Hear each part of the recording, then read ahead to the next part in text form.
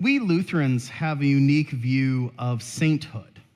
Now, if you grew up Catholic or any version of Orthodox or even Episcopalian or Anglican, what you were probably taught a saint was this person who did this amazing series of things, who was super good, and therefore they got a picture on the wall of the church, right? And not only that, they got things assigned to them, right? You could be Saint Francis, and then you got assigned to you animals, right? Or Saint Dominic, and you got assigned to you preachers. Or Saint Jude, and you got given hopeless causes.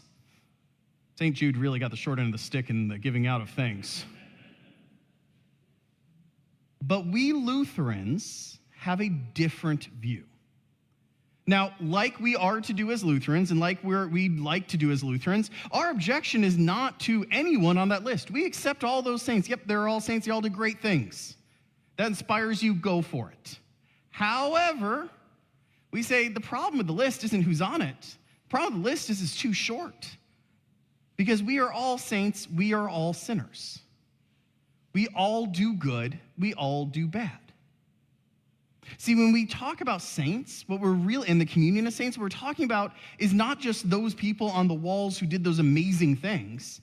We're talking about the people who made you who you are in the ways in which you are good. And that might be someone on those walls, but most likely, it's not. Most likely, it is someone in your life that saw something in you or believed in you or taught you something that you never knew. You might have known this person. You also might not have. Let me explain. So one of the saints in my life is my grandmother, Gretchen. Now, I have to say it grandmother, because if I say any other term like grandma, nana, any of those, and I contribute it to her, I know she will come and haunt me and do horrible things. Okay? My grandmother was a beautiful child of God, both saint and sinner. To give you a taste of what I mean, she would go to her church and she would create her own front row. She would take her own chair and set it up just ahead of the front row. And if you asked her why she did this, she would do this so that she could tell the pastor what he was doing wrong as quietly as possible during the service.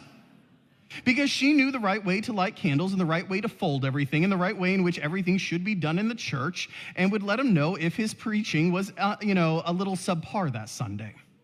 In fact, this was so bad that my dad, when he became an ordained Episcopal priest, he goes to his bishop, and in the Episcopal system, the bishops just put you where they want you. He goes, and they say, "Where am I going?" And he says, "Oh, you? Yeah, you're going to Waddington, New York's, and you're going there." And he's like, "That's my mother-in-law's church." And he's like, "Exactly. We thought maybe you can deal with her because she is scaring all the priests in the entire area because she comes with lists of things you did wrong last week so you could improve." Okay? She was a character.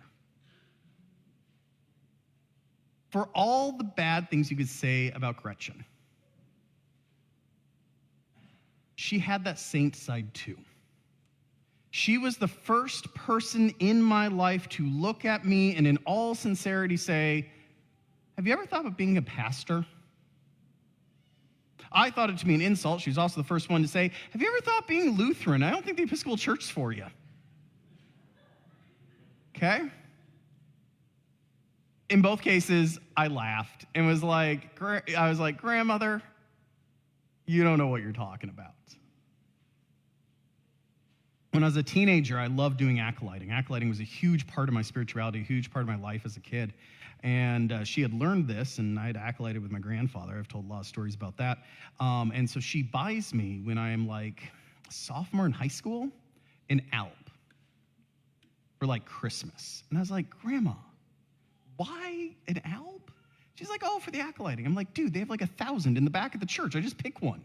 She's like, "Yeah, but you get your own." And I was like, "Grandma." And she's like, "Okay, you caught me. When you get ordained, wear that, would you?" 20 years later, I wore that alb upon my ordination date because I knew if I hadn't, she'd come and haunt me. See, that's one of the cool things about living in community. Everything that's good about who we are, everything that's godly, came from somewhere and someone. Sometimes we know it. I can point to my grandma and say, these are the good things I learned from her. Hopefully you can point to your grandma and say the same. But then there's other times we don't really know where it came from. For example, you all know I do a little walking thing, right? I figure by now most of you have noticed, right? It's because it helps me memorize. Now, if you ask me where I got that from, because people ask me that from time to time, I say, oh, my coach, Joseph Johnson, in high school, in debate, taught me to do this because it helps me memorize things. And so I just used the walk today, just as I did for extemporaneous speaking back when I was in high school. Someone then asked me a question I'd never asked myself ever, which is, well, where did he learn it? So one day I was back in San Antonio, ran into my old coach, because great guy, and said, hey, where did you learn it? And he's like, I don't know, my debate coach taught me. I was like, well, where did he learn it? I don't know, a book probably? And I was like, why are you asking me? I never would have known when I learned it that this would be something I'd use for preaching, because I never saw myself as a pastor at that point in high school. My coach definitely was not teaching me to be a pastor, at least he didn't know it.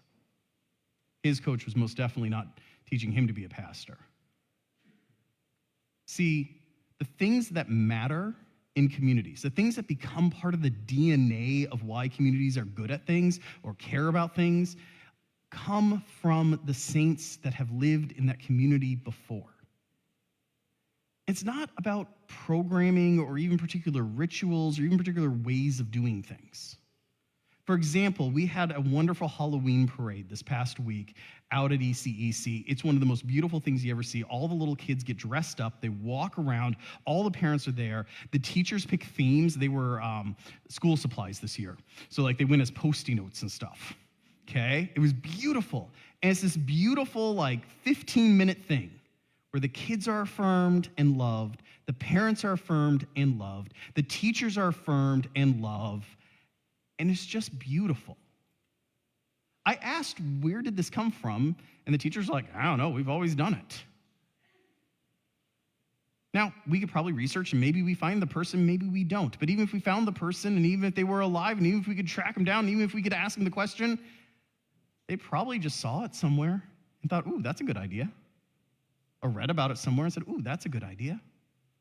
You know what? Even if someday in the future, for some reason, we don't do Halloween parades anymore, that doesn't change anything. Because you know what's going to spread? That love, that caring, that sense of being valued. And they may come out in a million different beautiful ways in a million different communities around the world. Because, well, the program is great. What matters is the love, the compassion, and how that then spreads out. It's like light from a light bulb. You know where it's coming, but you don't know where it goes. Now, last week, if you were here, I promised I would talk about Pledge Sunday also, because this is also Pledge Sunday. And I know it's weird, or at least seems, to do that and All Saints Day. But here's the thing. When you talk about pledging, you talk about volunteering, you talk about contributing, what you're really talking about is being part of that communion of saints. See, while we all stand on the shoulders of people we know and don't know before us, others will stand on our shoulders because of the things that we do, because of the programs we support, because of the love and the compassion and the mercy and the justice and whatever else we're doing through those activities, be them stomachs filled or people loved. And that then goes out to make our community both here and beyond better, wherever life may take those folks, in whatever ways. St. Margaret's Episcopal Church that grew me and taught me and built my spirituality probably had no clue that I'd be a pastor in Allentown, Pennsylvania. And yet, they are part of me, just like every community I've ever served or been part of. When we talk about things like pledging, I promised last week I would talk about some of these ministries that the chairs came back and said, we really feel called by the Holy Spirit to do. So let me give you 3. By the way, there's like 25. I'm not going to go through 25. I'm going to go through 3 that I thought were particularly interesting when I looked down the lists and the conversations I had. First one, Breakfast with Santa. If you were here for trunk or treat, it was amazing, wasn't it? Okay, I mean, just people from all over the place showed up, which made us all walk away and go, that was awesome. By the way, we're completely out of candy everywhere in the entire building because we scrounged all the candy in the entire building and got it out there because so many people showed up. It was awesome. If you don't believe me, ask any one of the 30 people who ran trunks that last week. We know that if folks show up for trunk or treat, they're probably showing up for breakfast with Santa, guys. Which means if we had this amazing blessing here, we're expecting it may very well happen again. And heck, we really hope it happens again. And which tells us we're meeting some sort of need, some sort of thing out there that the community is looking for. And so one of the things that came in was an expansion of Breakfast with Santa, an expansion that we have heard about ever since we did it once in 2020. That expansion is a petting zoo, a live nativity petting zoo. Think about how cool it is as a kid to be able to pet the animals, to be able to stand there and in a moment, not just hear about the amazing nativity, not just see the amazing nativity, but pet the amazing nativity. But petting zoos cost money, and we don't just happen to have the right animals hanging out in the back here. So they're looking for more money. More pledges help us pay for that. Property came back. They had a whole bunch of great ideas. One of the ideas that caught my eye was if you look around the sanctuary, we do not run off the most efficient bulbs in the world. And I know light bulbs seem silly, but let me explain this to you. If you switched it out for LEDs, it saves us money. If you've done that in your house, you are saving money, right? That is being more responsible with the money you give. It saves money because you use less electricity, right? That's good for the environment. And we're called to be stewards of the environment too. Plus, it would get us better lighting, which would help with worship.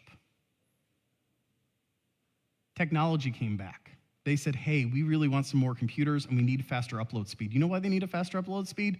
So that they can be on YouTube reliably. We've been trying it, but it's been hard because the upload speed just isn't there.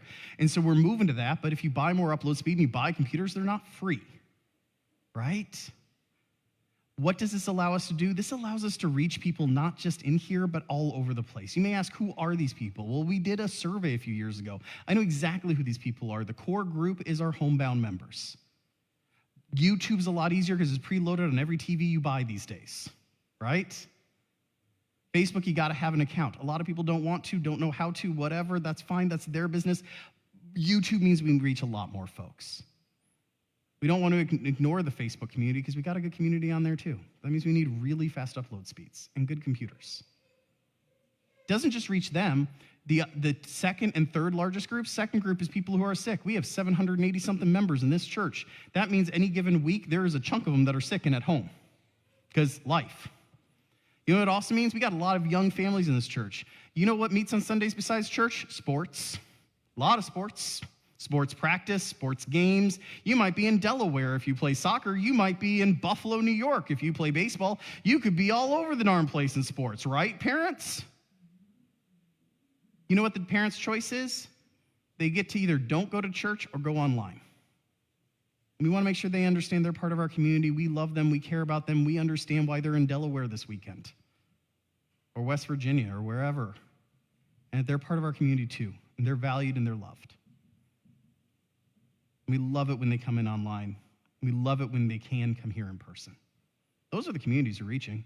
We also reach a lot of new folks that way because a lot of folks are scared to go to church these days. They look what's going on TV and they're terrified of everyone. I don't know about you. I've seen enough political ads to scare me about all humans. It's scary to go to church for a lot of folks. You know, it's an easy way to get your foot in the water. Watch it online. You figure, if it gets scary, you know what I'll do? I'll click off. That's the fourth largest group that watches us. People who are interested and don't know what to do. As you go out this week, take some time in your life and ask yourself, how can you be part of the communion of saints? How can you contribute time or talent or love or caring or energy or money or whatever you have to live into community, to make this community, both here and abroad, better, more loving, more compassionate, more caring, more life-giving? Amen.